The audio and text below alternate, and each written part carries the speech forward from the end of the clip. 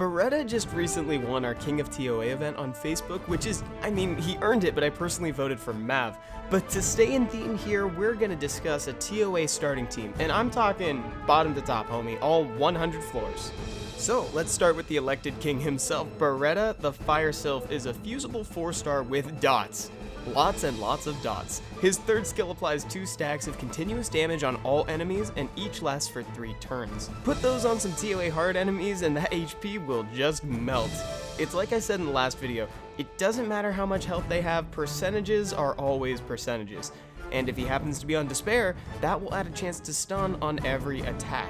Just saying, that's how I have mine runed, and it yields great results. His second skill brings a single target attack bar reduction, which is essential for controlling the bosses, and his speed lead is really helpful for getting ahead in combat. Mav, the Wind Penguin Knight, is the second member of the team. His whole kit is geared perfectly for ToA.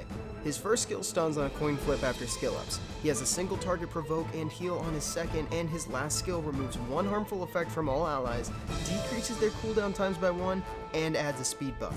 So to call him a utility belt would be the understatement of the day. Next up is the Fire Griffin with the highest base speed in the game, Spectra.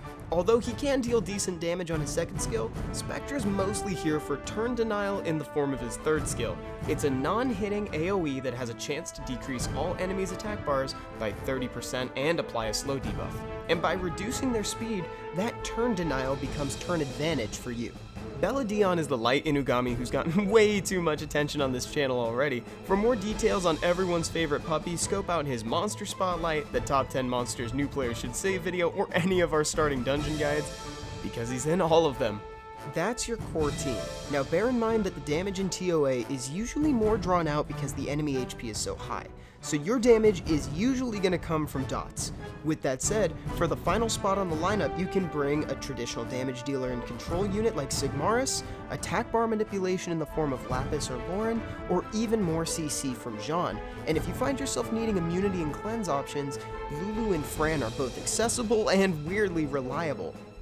And as your monster box in rune variety grows, you can experiment with replacing or upgrading certain units along the way. But there you have it, a starting ToA team that should have no trouble getting you to the top floor. I hope you guys enjoyed it, and leave me a comment with your first ToA team, or if you have any recommendations for folks watching this video who may have not had their first ToA clear.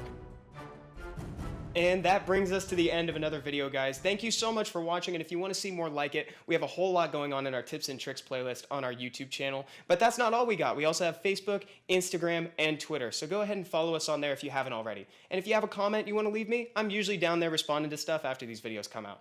All right, everybody, have a good day. Bye-bye.